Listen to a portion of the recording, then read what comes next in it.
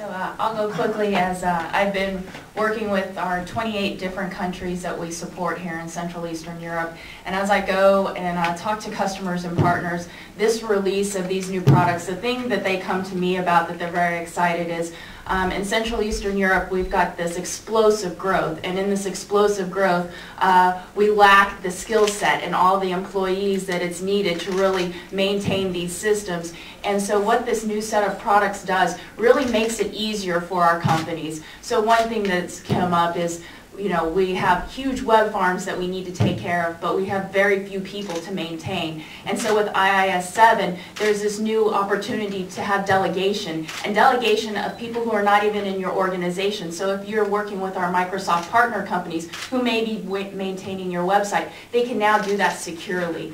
And then when we look at SQL and Visual Studio, one of the big areas that they really like with SQL is that now a lot of that maintenance that took most of the time for that administrator are automated scripts. And so now he can really focus on that new wave of innovation that you've got to deliver to the CEO and to the different departments so you can really make data-driven decisions. And then when we look at this launch through Central Eastern Europe, it's a really exciting time. We have over 170 customers already utilizing these products in their environment through our countries. We have over 10,000 of our partners already trained and ready to help customers implement these technologies into their organizations. And we'll reach over 25,000 customers face-to-face in events across our country. So we see that we have a great time in CEE, and when you look at CEE compared to the rest of the world, we're one of the fastest growing regions, and Microsoft's very excited and invested in us. And so if you have any questions around our area, I'm happy to answer those. You're saying that you lack human resources. How do you see that for Romania when you get this? So it's not Microsoft lacking resources. It's the what companies I've talked to, because of the explosive growth in Central Eastern Europe, and it's very, very competitive environment. And so for them to attract employees, it's been very difficult. And so what we're trying to do is take the technologies that their folks already know and make them better so that they don't have to learn all new technologies, and that they don't have to recruit and try and find people to be able to run this piece or this feature. And so what we're trying to do is take the technologies that are already in-house, where you already have people, and then better them, and then use online tools. So like, for example, here in Romania, they have an amazing TechNet website with lots of free tools, webcasts, free trainings, so that it doesn't cost organizations more money, and that they're just doing things with the capabilities they already have in-house. Hey, I might add one quick thought on that as well. In addition to everything that Ms. STEMPSON has articulated, the Romanian government and really IT industry challenged Microsoft to help with the resourcing and skills gap here. And over the last few years, with visits that we've done with Bill Gates in terms of opening up new support centers, a series of announcements and investments that we've done around things like unlimited potential and our Partners in Learning campaign are designed to help the next generation of students get the skills in the IT set coming out of universities to enter into the workforce long term. So it's about building a long-term model.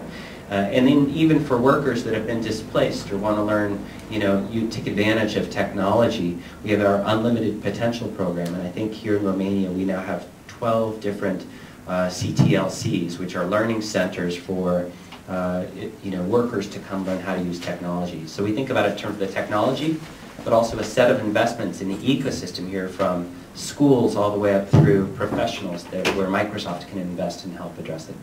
And then to add on to that, because it made me think, the other investment that's been really critical to Central Eastern Europe and around the world, and especially here in Romania, is also our Microsoft Innovation Centers, and really trying to focus on how do we bring that next level of innovations with the local economy, and not only students. I know the one here is in the university right across the area, and really focusing on our students, pulling them into the Innovation Center and the innovative products, and we're also launching another one in Romania, and then also helping local partners, local companies, local startups utilize that innovation and grow.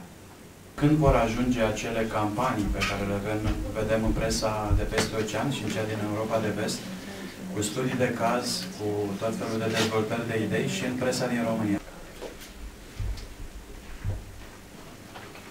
So I think the exciting thing about our Central Eastern Europe and what we're doing today, Microsoft has invested a lot in bringing people and folks from all over to Central Eastern Europe so that we can come back to Redmond and help them understand this market better.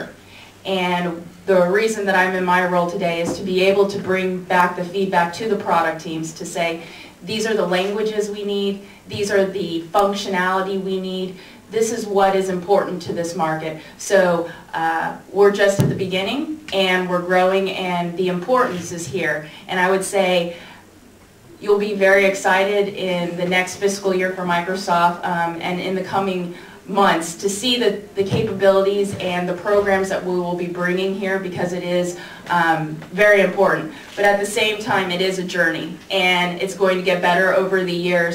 But if you look with Windows Server, I think the first big step was the multi-language pack is already there. So instead of in the past, you had to wait and wait for the Romanian language to come, or for other organizations, their language pack to come. We've now built in all the language packs together, and so we're trying to really focus and get the priorities and the functionality you need sooner.